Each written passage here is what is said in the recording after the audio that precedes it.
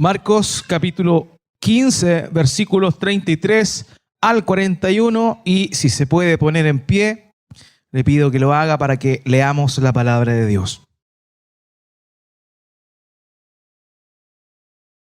Marcos 15, desde el 33 al 41. Cuando vino la hora sexta, hubo tinieblas sobre toda la tierra hasta la hora novena. Y a la hora novena Jesús clamó a gran voz, diciendo: Eloi, Eloi, lama sabactani, que traducido es: Dios mío, ¿por qué me has desamparado? Y algunos de los que estaban allí decían al oírlo: mirad, llama a Elías. Y corrió uno, y empapando una esponja en vinagre y poniéndola en una caña, le dio a beber, diciendo: dejad, veamos si viene Elías a bajarle. Mas Jesús, dando gran voz, expiró. Entonces el velo del templo se rasgó en dos, de arriba abajo. Y el centurión que estaba frente a él, viendo que después de clamar había expirado así, dijo: verdaderamente este hombre era hijo de Dios. También había algunas mujeres mirando de lejos, entre las cuales estaban María Magdalena, María la madre de Jacobo el menor y de José, y Salomé, quienes cuando él estaba en Galilea le seguían y le servían, y otras muchas que habían subido con él a Jerusalén. Les invito a que me acompañen en oración un momento.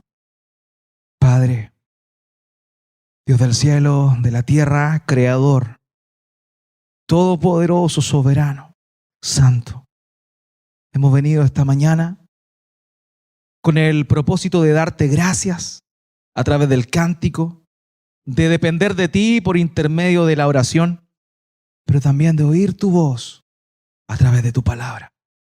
Padre, a esta hora te pido que tu Espíritu Santo toque en nuestros corazones, que haga que nuestro entendimiento sea pronto para recibir todo aquello que tu palabra nos enseña. Mi Dios, trae iluminación a través de tu Espíritu Santo.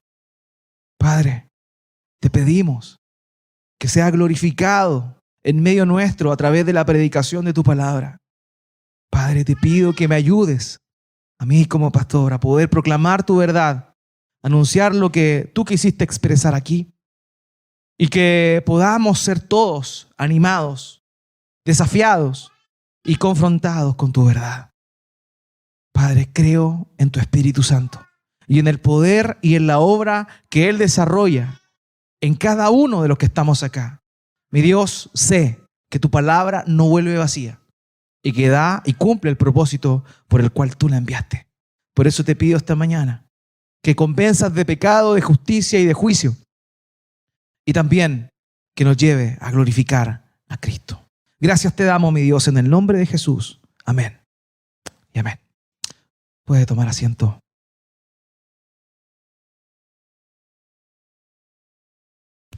Los últimos 15 años podríamos decir que hemos vivido en un mundo hiperconectado, sumamente conectado.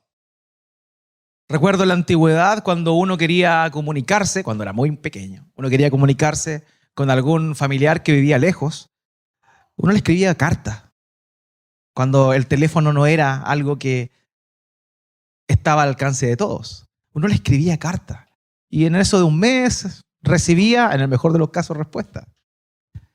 Así era la antigüedad. Pero a partir de los últimos 15 años, la hiperconectividad ha dejado de manifiesto muchas virtudes, pero a la vez muchas falencias del ser humano.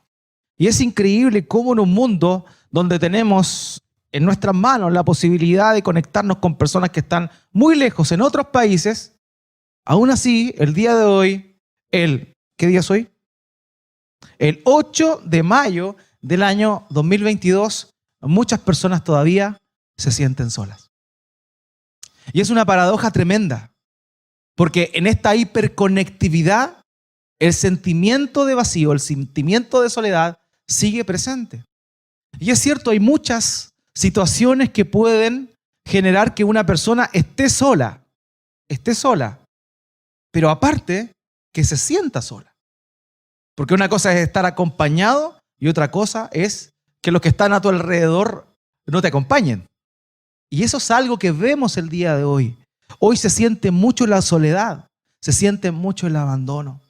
Y de pronto es además de triste un llamado de atención oír noticias, por ejemplo, cuando personas que son famosas, que son conocidas, cometen suicidio.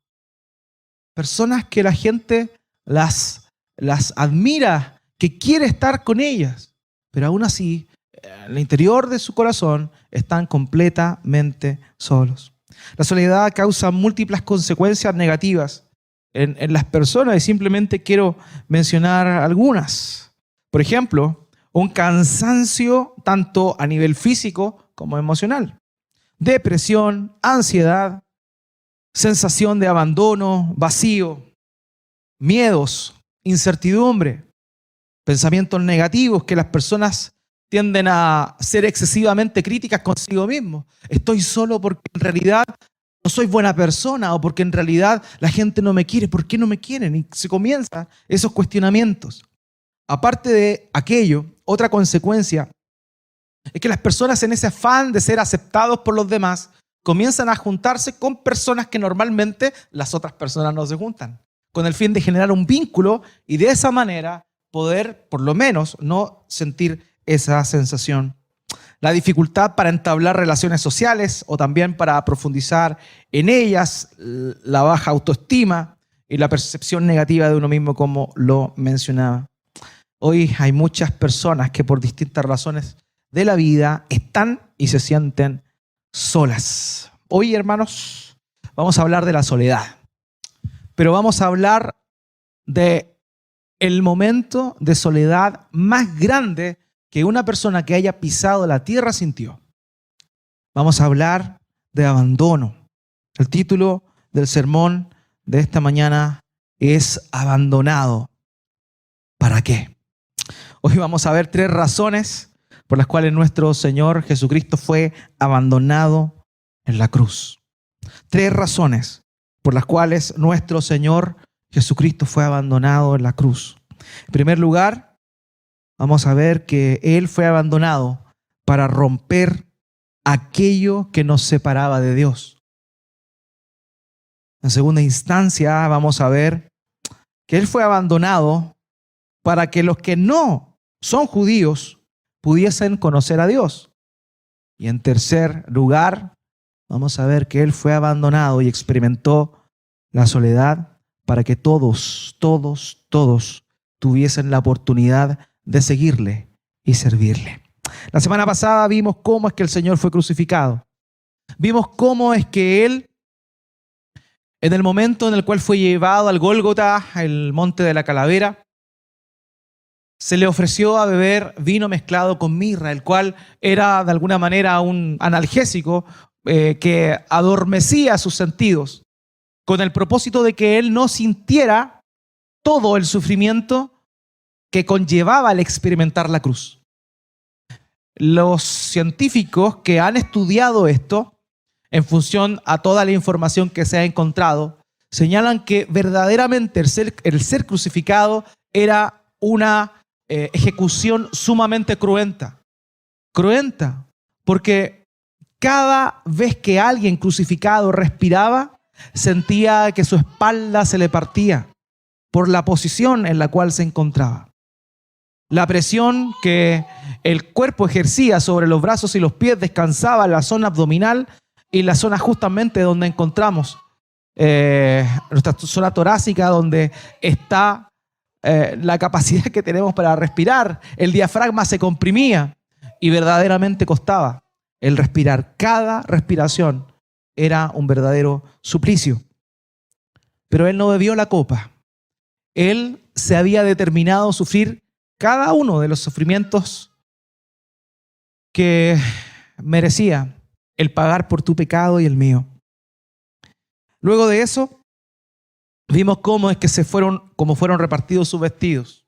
Eso era una costumbre habitual de los soldados romanos, que cuando alguien era ejecutado se le repartían los vestidos, pero era para burlarse porque no los iba a volver a usar y también para aprovecharse, ¿por qué no?, de robar algo valioso que el ejecutado podría tener.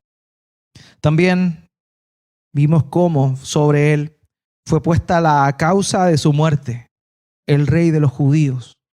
Y aunque verdaderamente él era el rey de los judíos, esto había sido puesto por Pilato para ironizar, en primer lugar para burlarse de él, pero también para burlarse del pueblo judío.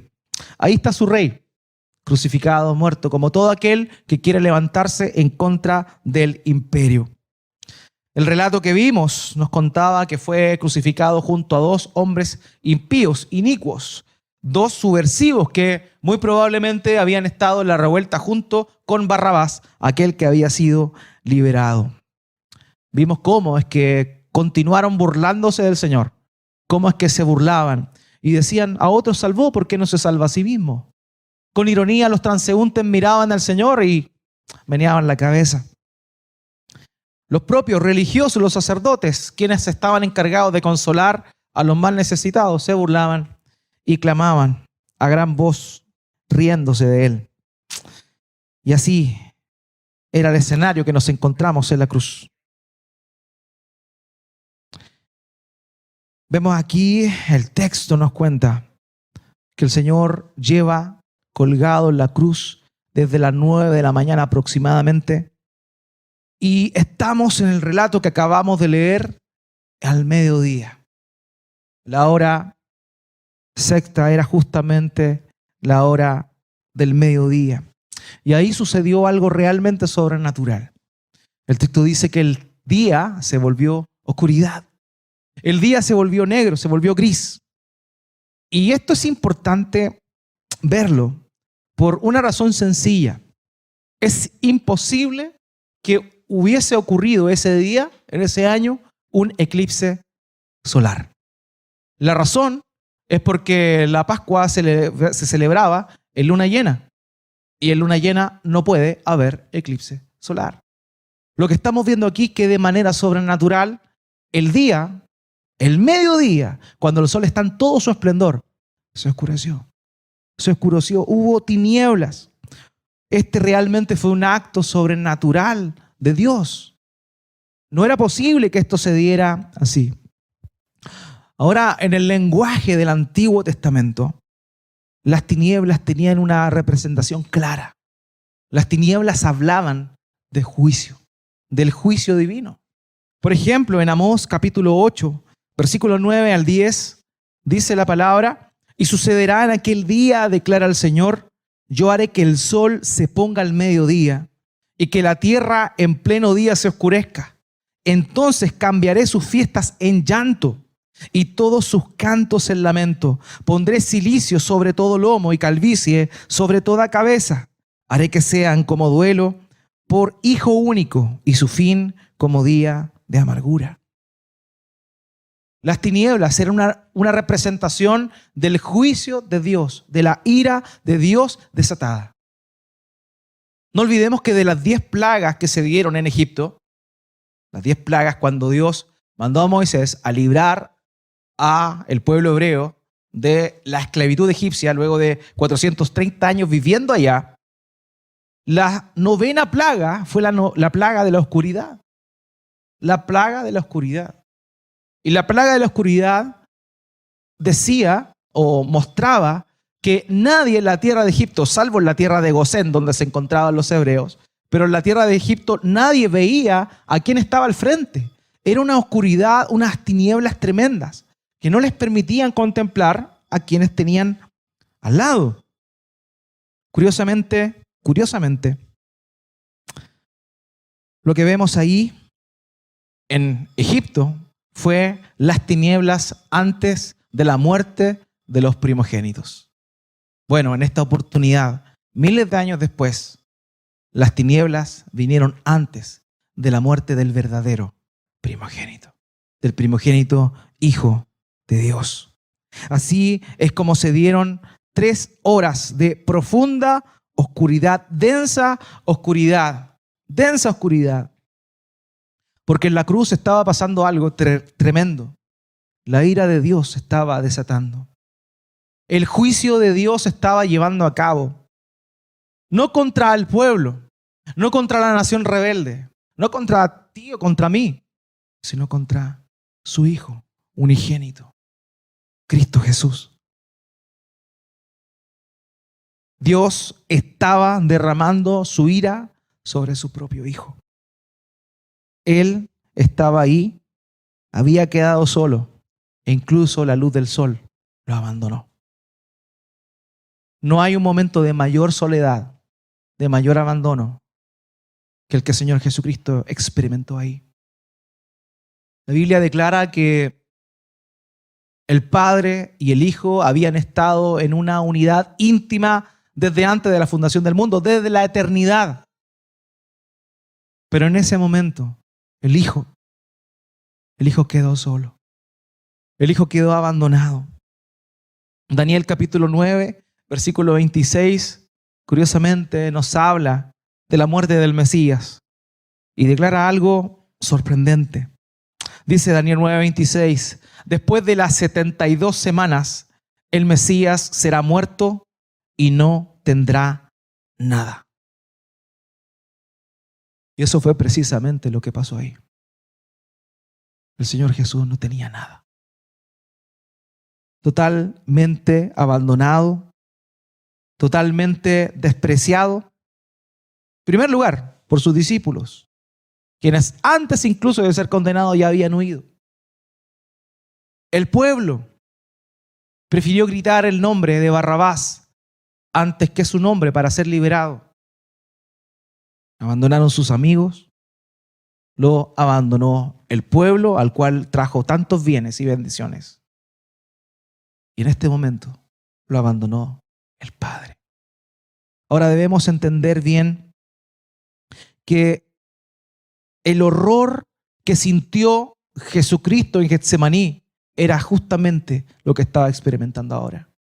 Cuando Él dice, Padre, si es posible, pase de mí esta copa, pero no se haga mi voluntad, sino la tuya. Lo que Él estaba pidiendo no era eximirse de la muerte, no era eximirse de la cruz, sino eximirse justamente de este momento de plena y completa soledad, cuando incluso el Padre, estando presente ahí, le daría la espalda y lo abandonaría. Porque el Padre nunca ha dejado de estar. El Padre siempre estuvo. La diferencia es que antes, estando en compañía de Él, en ese momento está presente, pero por intermedio de su juicio y de su ira. El Padre desató la ira sobre su Hijo, sobre su único Hijo. Lo que Él había clamado intensamente, con sudor, de acuerdo a lo que dicen los relatos de los evangelios paralelos, que su sudor eran como gotas, grandes gotas de sangre. Esa tensión que Él experimentó en ese momento en Getsemaní, ese dolor, esa oración desgarradora, ahora estaba teniendo lugar. Aquello por lo cual Él había orado. Ese abandono. El Padre nunca dejó de estar presente, pero en ese momento el Padre dejó de verlo como un deleite. ¿Se acuerdan cuando Él le dijo, este es mi Hijo amado, en quien tengo contentamiento? En este momento el Padre guardó silencio y estaba apuntando sobre su Hijo su ira. Acompáñeme por favor al versículo 34. Dice ahí, y a la hora novena, que son las 3 de la tarde aproximadamente, Jesús exclamó con fuerte voz, Eloi, Eloi, lama sabactani, que traducido significa, Dios mío, ¿por qué me has abandonado? Lo que vemos acá, queridos, es esa agonía manifestada en palabras. Es la agonía del Señor Jesucristo, manifestada en un profundo clamor. Un autor, John Stott, señaló lo siguiente: por fin se hizo silencio y llegó la oscuridad. Oscuridad quizá para que ningún ojo viera, y silencio para que ninguna lengua pudiera contar la angustia de alma que el impecable Salvador estaba soportando. El Señor exclamó, y el texto nos dice que Él gritó. Esa es la expresión. Él no dijo, Eloi, Eloi, lama sabactani. Él gritó. Fue un grito desgarrador que surgió del interior de su corazón. Ahora bien, ese grito es una cita. Y esto es increíble. ¿Por qué? Porque el Señor Jesucristo, su ministerio lo llevó a cabo con un propósito. Y eso era cumplir lo que Dios había determinado. Desde el principio, desde Génesis capítulo 3, versículo 15, el Mesías iba a venir y se iba a entregar para rescatar. Eso lo dice la propia palabra de Dios. Y aquí incluso en ese momento tan álgido, de tanto dolor, de tanto abandono, de tanta soledad, el Señor Jesucristo cita en la Escritura: Dios mío, ¿por qué me has abandonado? Corresponde al Salmo 22. Salmo 22, versículo 1. Literal: Dios mío, ¿por qué me has abandonado? ¿Por qué estás tan lejos de mi salvación y de las palabras de mi clamor? Hermanos, el Señor Jesucristo habla en su idioma materno. El arameo, en ese tiempo no se hablaba hebreo en Israel, se hablaba arameo. Y cuando Él dice Eloi, Eloi, lama sabactani, esa parte, esa expresión en arameo implica un rechazo. Él fue rechazado por el Padre. Implica un abandono. En la cruz el Padre rechazó al Hijo y lo dejó en total desamparo a causa de lo que estaba sucediendo en ese momento en la cruz. En vez de llamarle Padre, como estaba acostumbrado a hacerlo cada vez que se dirigía a Él, estaba tan lejos de Él, se sentía tan lejos de Él, que cita a David en el Salmo 22 diciéndole: Dios mío, Dios mío. Cristo sufrió en ese momento de tal manera, con un desgarro completo de su corazón y de su alma. El ser humano fue creado con una naturaleza, pero esta naturaleza está, digamos así, compuesta por dos partes, aunque es malo decir que son dos partes, pero para hacer la distinción simplemente lo quiero definir. El ser humano tiene una naturaleza física y una naturaleza espiritual. Dice el texto en Génesis que el hombre fue tomado del polvo de la tierra y que Dios sopló aliento de vida en él. De manera que tenemos el elemento físico, que es el polvo de la tierra, y el elemento espiritual, que es el aliento de vida dado por Dios. Cristo, como fiel representante de nosotros, no solo debía sufrir físicamente, que es lo que estaba ocurriendo en la cruz del Calvario. Como les decía, cada respiración era un punzante dolor en todo su cuerpo. Pero Él también sufrió en su alma. Su corazón estaba completamente desgarrado. Su ser estaba completamente desgarrado. Juan Calvino dijo: si Cristo hubiese muerto solo en sentido corporal, no hubiera sido efectivo, a menos que su alma también participase del castigo. Hubiera sido el redentor de los cuerpos únicamente. En consecuencia, pagó un precio más grande y más excelente al sufrir en su alma los terribles tormentos de un hombre condenado y abandonado. Hay un detalle interesante que Marcos no lo muestra, que es que para asegurarse de que el Señor estuviese muerto, uno de los soldados toma una lanza y atraviesa su costado. Y dice el texto que al momento de ser atravesado salió agua y sangre. Y es algo curioso, por decirlo así. Lo que sucedió ahí fue algo que ocurre cuando clínicamente el corazón, el músculo del corazón se desgarra. Eso es lo que sucede cuando el corazón se desgarra. ¿Usted ha sentido dolor en su corazón? ¿Se ha dado cuenta que hay un dolor en el pecho? Como que algo se está partiendo. lo que pasó en la cruz del Calvario fue el músculo del corazón del Señor Jesucristo desgarrado, pero porque su alma estaba completamente derramada. Cada sufrimiento, queridos, es realmente estremecedor. Y estando ahí, grita. Un autor señala, el grito de desolación debe ser interpretado como la medida de angustia de Jesús al cargar sobre sí todo el peso de la condenación divina de la que hemos sido liberados. El santo, el justo, el que no pecó nunca, no conoció pecado, él nunca pecó, pero ahí estaba, cargando en sí, no solo en su cuerpo, sino también en su alma, todo el peso y la condena que un pecador merece. Eso es lo que nuestro Señor estaba experimentando en ese momento oscuro de soledad y de desolación. Él gritó, Dios mío, ¿por qué me has desamparado? Dios mío, ¿por qué me has desamparado? Él gritó eso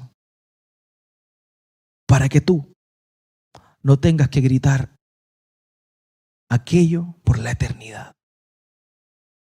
Él exclamó el abandono que recibió del Padre por cargar la culpa de tu pecado y el mío, para que tú no tuvieses que gritar por la eternidad ni sentir el abandono de Dios. Por eso Él murió, por eso Él se entregó, por eso Él se derramó completamente, no solo en cuerpo, sino también en alma y corazón.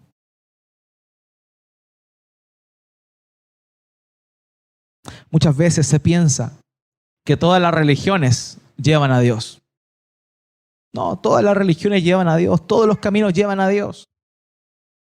Tú eres budista, tú eres hinduista, mormón, testigo de Jehová, evangélico, católico romano. No, todo lleva a Dios, da lo mismo.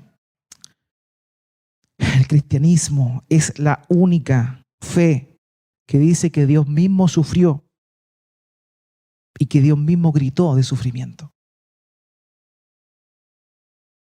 Para el testigo de Jehová, Jesús no es Dios. Para el mormón, tampoco, es un ángel. Para el cristiano, Jesucristo es el Hijo de Dios, es Dios mismo. Dios gritando por ti, en tu lugar, en mi lugar, amados. Ese es lo que hizo el Señor Jesucristo ahí. En Isaías 53:6 dice, todos nosotros nos descarriamos como ovejas, nos apartamos cada cual por su camino. Dígame si eso no es verdad. Cada uno de nosotros ha hecho antes lo que ha querido. Hemos vivido nuestras vidas como hemos querido. Hemos tomado aquello que no es nuestro, hemos codiciado lo que no es de nosotros, hemos hecho cosas malvadas. Tal vez no tan graves como otras, pero en el fondo somos pecadores. Todos nosotros nos descarriamos como ovejas, nos apartamos cada cual por su camino. Pero el Señor hizo que cayera sobre Él la iniquidad de todos nosotros. Tu pecado, mi pecado, cargado en la cruz del Calvario, en Cristo Jesús, aquel que nunca había pecado. Ahora, dentro de todo este momento álgido que el Señor Jesucristo estaba viviendo, desgarrador, tremendamente desgarrador, hay un clamor de esperanza. El Salmo 22 comienza así: Dios mío, ¿por qué me has abandonado? Pero termina en sus últimos versículos, en el versículos 22 al 24, de la siguiente forma: hablaré de tu nombre a mis hermanos, en medio de la congregación te alabaré. Los que temen al Señor, alábenlo. Descendencia de Jacob, glorifíquenlo. Témanlo, descendencia de todo Israel, porque Él no ha despreciado ni aborrecido la aflicción del angustiado, ni le ha escondido su rostro, sino que cuando clamó al Señor, lo escuchó. En ese momento de tal clamor, agonía, desesperación, desolación, abandono, el Señor también estaba declarando que todo lo que Él estaba haciendo tenía un propósito y sería oído y sería escuchado. Y es por eso que hoy día tú y yo tenemos esta posibilidad maravillosa. Es por eso, porque Él sufrió, porque Él pagó, porque Él cargó lo que tú y yo merecemos. Ahora, el título del sermón dice, abandonado, ¿para qué? El texto nos muestra razones para qué. En primer lugar, para romper aquello que nos separaba de Dios. Acompáñenme al versículo 37 y 38, por favor. Versículo 37 y 38. Pero Jesús, dando un fuerte grito, expiró. El velo del templo se rasgó en dos, de arriba a abajo. Marcos no nos dice qué fue lo que gritó acá. Lucas, en Lucas capítulo 23, versículo 46, señala que él dijo: Padre, en tus manos encomiendo mi espíritu. Es una de las palabras que vemos ahí, que no aparece en Marcos, pero que sí el Señor Jesucristo dijo antes de morir. Pero el apóstol Juan añade otra expresión que fue la que en definitiva él exclamó antes de morir y que simplemente Marcos señala como un grito. Esta fue: consumado es. El Señor Jesucristo en ese último momento de agonía dijo: consumado es. Consumado es. Él expiró y Él derramó su vida. Hay un detalle que no quiero dejar de mencionar. Y este es que el Señor Jesucristo murió cuando quiso.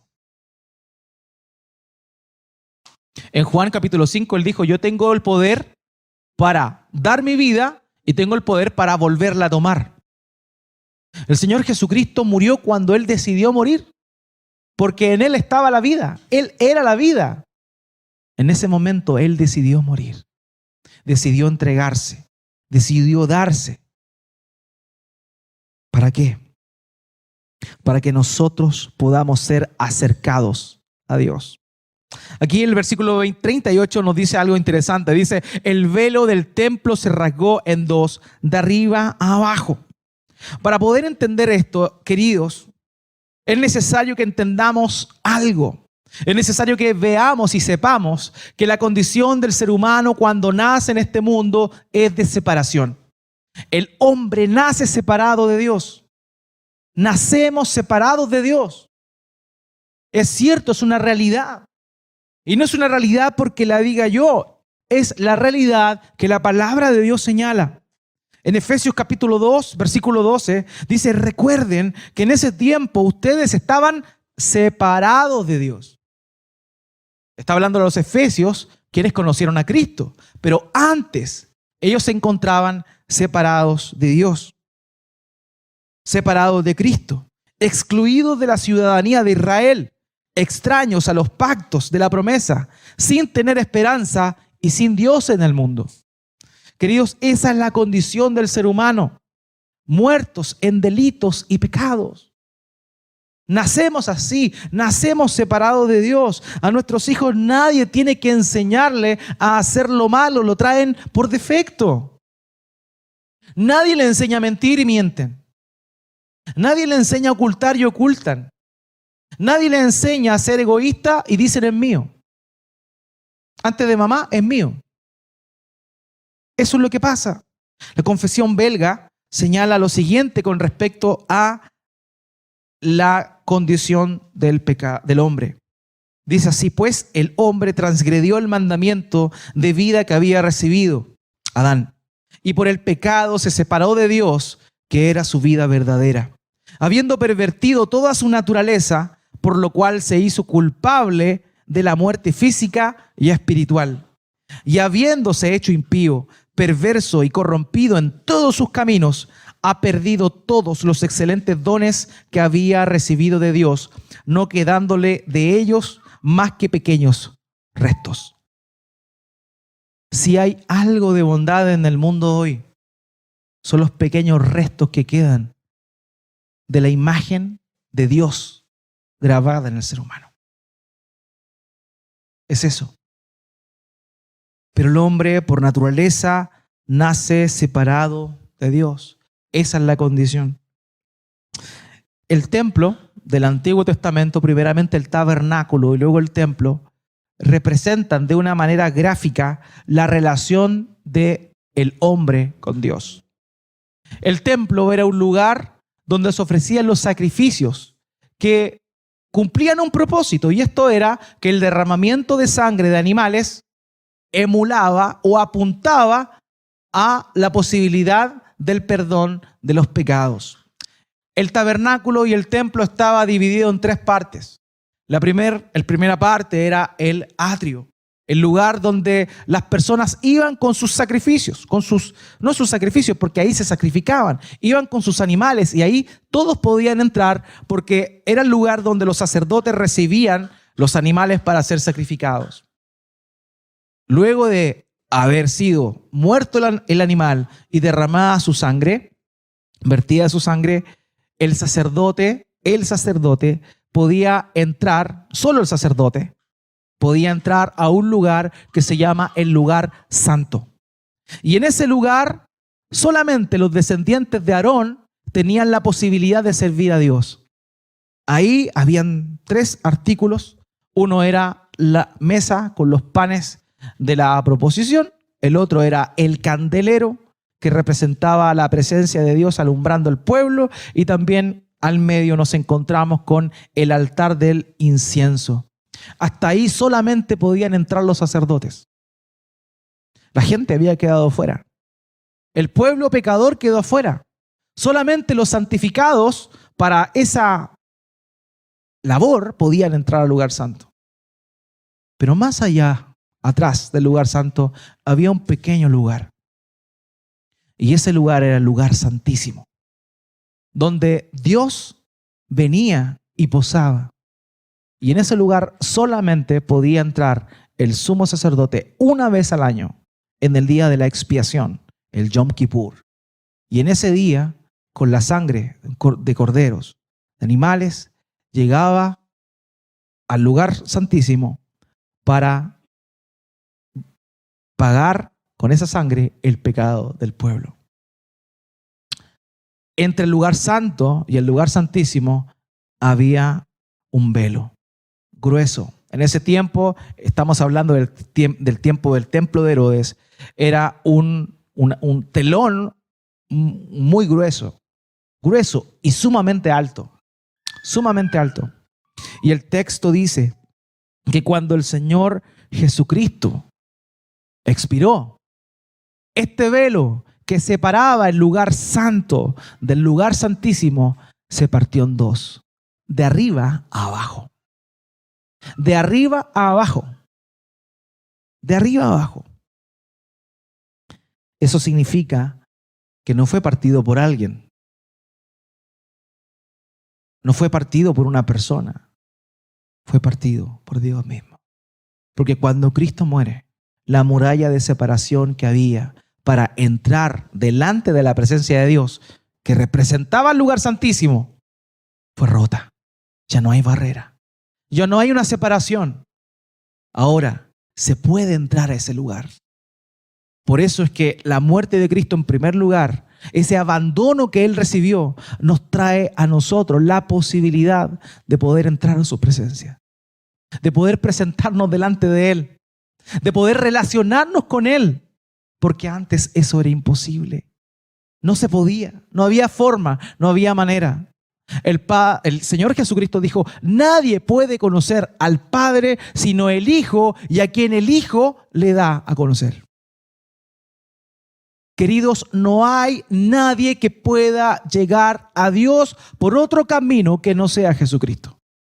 Yo soy el camino, la verdad y la vida. No hay otro camino. No hay atajos, no hay intermediarios. No lo hay. Solo Cristo y nadie más. Y no hay intermediarios para llegar a Cristo. Gracias a Dios tenemos entrada directa, porque Él murió por todos aquellos que creen en Él. No importa quién seas, no importa lo que hayas hecho, no importa en cuánto te hayas equivocado, no importa cuánto hayas fallado, la cortina se rasgó de arriba a abajo, porque Dios quiso que se rasgara para que tú y yo podamos entrar. Él lo hizo por nosotros, para que ahora podamos encontrar gracia, para que ahora podamos encontrar el perdón. Él se sintió solo, abandonado, para que tú nunca te tengas que sentir solo, porque Él está contigo. Porque Él es quien te acompaña, porque Él es quien te salva. Y quien está ahí es Él, es Él. Hebreos capítulo 10, versículo 19 al 20.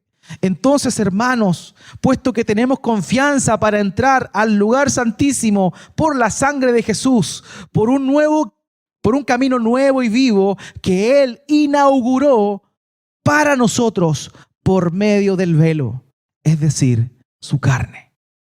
Cristo murió, el velo se rasgó, porque el velo representaba el cuerpo de Cristo siendo rasgado para que tú y yo podamos entrar ahí.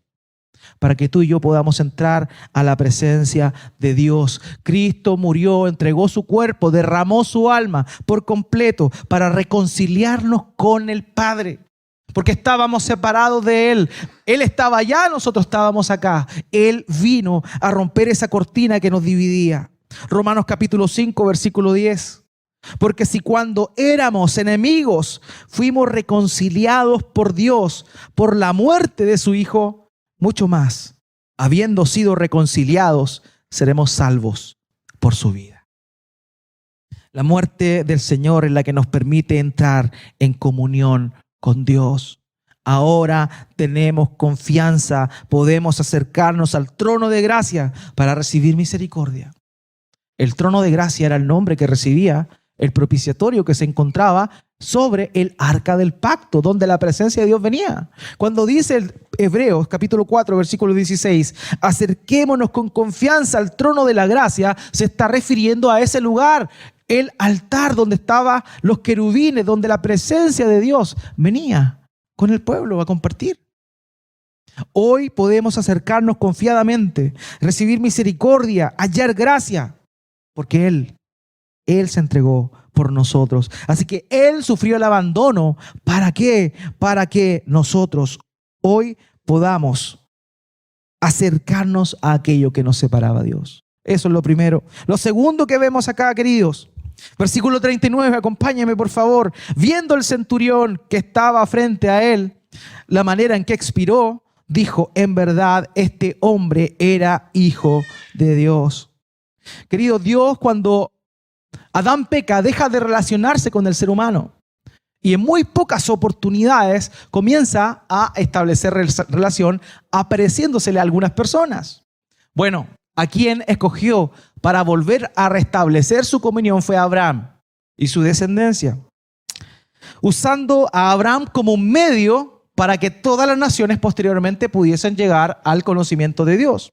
Pero hasta antes de Cristo, la verdad del único Dios verdadero solamente estaba revelada a los judíos. A los judíos, al pueblo de Israel. Ellos eran los únicos que conocían a Dios porque Dios se había revelado a su antepasado Abraham. Por eso cuando el Señor Jesucristo viene, Él no va a América, como dicen los mormones. No, Él va ¿a dónde? A Israel, a la tierra de Israel, donde estaban los judíos. De hecho, en Mateo capítulo 15, versículo 24, cuando una mujer gentil le pidió que liberaran a su hijo. Mateo 15, 24 dice, Jesús respondió, no he sido enviado sino a las ovejas perdidas de la casa de Israel. O sea, el ministerio público del Señor fue enfocado en los descendientes de Israel, en los judíos en ese momento. Pero luego de su pasión, luego de esa entrega, luego de ser abandonado por Dios, el mensaje puede ser anunciado a todo el mundo. Cristo fue abandonado para que aquellos que no tenían la posibilidad de oír la verdad, ahora la pudiesen oír. Solamente los judíos conocían la ley. Solamente los judíos conocían el carácter de Dios. Pero a partir de la muerte del Señor Jesucristo y su obra en la cruz, todos pueden tener la posibilidad de conocer este mensaje. Por eso lo predicamos aquí, por eso oramos por otras naciones en otros lugares, donde tal vez no han oído el mensaje del Evangelio. Antes estaba solamente y de forma exclusiva para los judíos. Pero hoy, después de la obra de Cristo, ese Evangelio puede ser anunciado a todas las naciones. Y hoy, en el último lugar del mundo, luego de la cordillera, no la cante. Ahí estamos nosotros oyendo el mensaje de Cristo. El mensaje de Cristo. No solo los judíos, ahora para todos. Mateo 28, 18 al 19. Acercándose Jesús les dijo: toda autoridad me ha sido dada en el cielo y en la tierra. Vayan, pues, y hagan discípulos de todas las naciones, bautizándolos en el nombre del Padre y del Hijo y del Espíritu Santo. Antes solamente los judíos podían conocer a Dios. Cristo murió para que todos puedan conocer a Dios por intermedio de Cristo. Y por esa razón es que cuando Él está ahí, cuando Él está y muere, hay un hombre gentil, un romano, alguien que no era judío.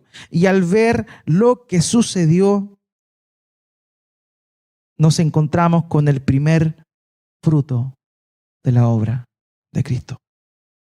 El primer fruto de la obra de Cristo era uno de los que estaba ahí viendo y liderando su ejecución. Así es. Así es. Cristo nos reconcilió. Y este romano, un ejecutor del Señor Jesucristo, llega a hacer la declaración cristológica más importante que alguien ha hecho en Marcos. Este verdaderamente era el Cristo, el Hijo de Dios. Un romano, un gentil. Ahora quiero invitarle a que podamos conocer, a adentrarnos en quién era este hombre. Un centurión, no sabemos su nombre, pero un centurión era un general romano que estaba bajo el cuidado de un tribuno. ¿El tribuno quién era? Poncio Pilato. O sea, solamente debajo de Pilato estaba él. Y tenía una tropa de 100 personas aproximadamente, por eso se llamaban centuriones. Ahora los centuriones tenían una característica. Ellos no llegaban a ese lugar o a ese cargo por ser nobles, sino que por mérito. El cargo de centurión era por mérito. Probablemente este hombre tenía 30 años hacia arriba. ¿Por qué razón?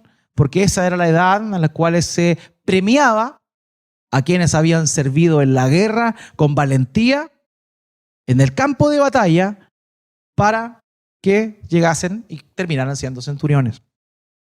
Ahora bien, un centurión como él probablemente llevaba la mitad de su vida en el ejército, conquistando, peleando, matando y viendo muertes. Pero aquí hay algo importantísimo.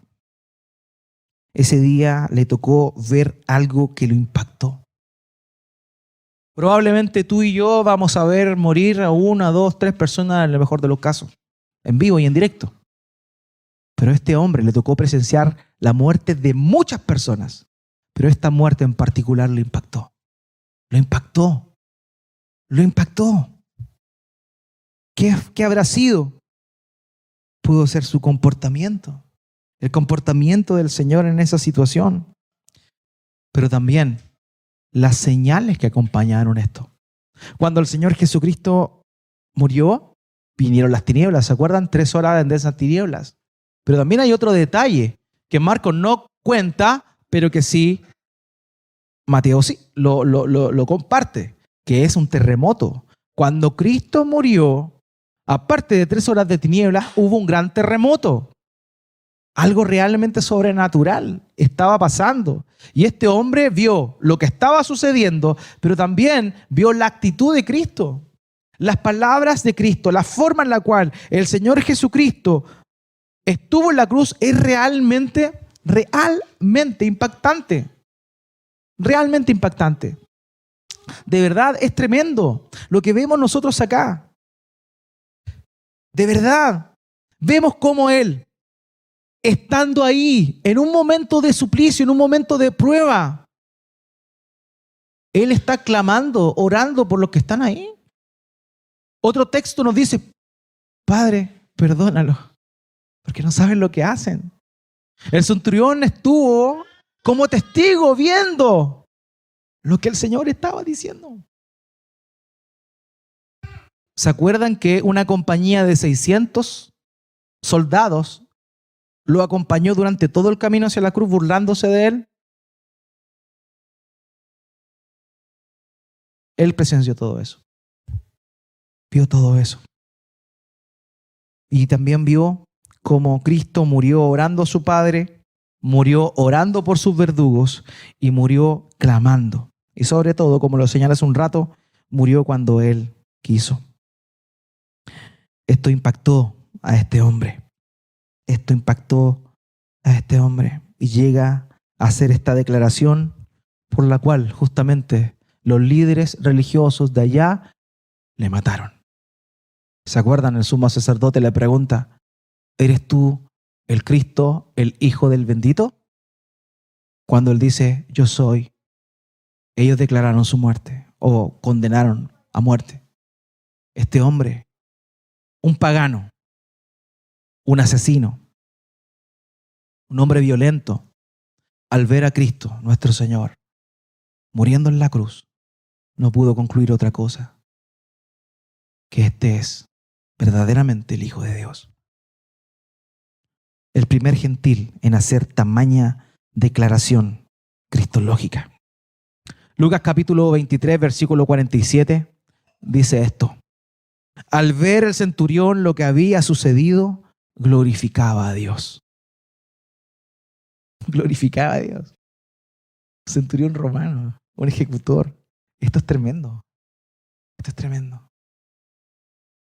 Cristo fue abandonado para aquellos que no tenían la posibilidad de conocerle, pudieran conocerle. Segundo punto. Tercer punto. Cristo fue abandonado para que todos pudieran seguirle y servirle. Acompáñenme, por favor, brevemente a los versículos 40 y 41. Había también unas mujeres mirando de lejos, entre las que estaban María Magdalena, María la madre de Jacobo el menor y de José, y Salomé, las cuales cuando Jesús estaba en Galilea, lo seguían y le servían, y había muchas otras que habían subido con él a Jerusalén. Marcos nos cuenta que habían mujeres presentes en ese lugar. En ese tiempo la imagen de la mujer era despreciada socialmente. Despreciada totalmente. Una mujer no servía como testigo en algún juicio. En una sociedad sumamente machista. A veces se piensa que la Biblia es machista, pero la Biblia y la verdad de Dios vindica a la mujer al lugar que le corresponde. Los rabinos no tenían discípulos mujeres. El Señor Jesucristo tenía mujeres que le seguían, mujeres que le servían. En Lucas capítulo 8 nombra el nombre de muchas otras mujeres también que servían al Señor. Él siempre vindicó el valor de la mujer. ¿Qué vemos aquí? Vemos a estas discípulas de Cristo. Pero pese a que estaban lejos, porque el texto así lo dice, se encontraban de lejos, ellas no habían abandonado a su Señor. ¿Dónde estaba Leví? ¿Dónde estaba Tomás? ¿Dónde estaba Felipe? ¿Dónde estaba Andrés? ¿Dónde estaba el revolucionario Simón el Celote? No estaban. ¿Pero quiénes estaban ahí? Las mujeres. Hermanas fieles, discípulas fieles del Señor. que hasta ese momento eran totalmente despreciadas por los rabinos. Cristo murió y fue abandonado con el propósito de que quienes eran desechados, quienes eran despreciados, pudiesen tener un lugar junto a Él. Queridos, ellas le siguieron y le sirvieron todo el tiempo y nunca dejarían de hacerlo. Así que el Señor fue abandonado para que quienes habían sido despreciados pudieran estar siempre cerca de Él. Él fue abandonado para que nosotros nunca estuviésemos solos. Ya no hay soledad para aquel que estaba separado de Dios. Ya no hay soledad para aquel extranjero. Ya no hay soledad para aquellos que habían sido despreciados como las mujeres. Él fue abandonado y experimentó esa desolación para que ninguno de nosotros se sintiese jamás de esa manera. Él murió para darte salvación. Él fue abandonado y gritó con gran dolor para que nosotros no tengamos que en la eternidad gritar de esa manera. Amados, esa es la obra de Cristo. ¿Cómo no estar agradecido? ¿Cómo no rendir nuestras vidas a Él? ¿Cómo no ver nuestra condición, nuestra maldad, nuestras fallas? Leer esto e imaginarnos la cruz de Cristo, el abandono y todo lo que Él experimentó por ese pecado que tú tienes, que tú cometiste, cometes y cometerás. Pero Él lo cargó para que todo aquel que cree en Él, para que todo aquel que se arrepiente de sus pecados, nunca más se sienta solo y no experimente el abandono que Él experimentó. Oremos al Señor.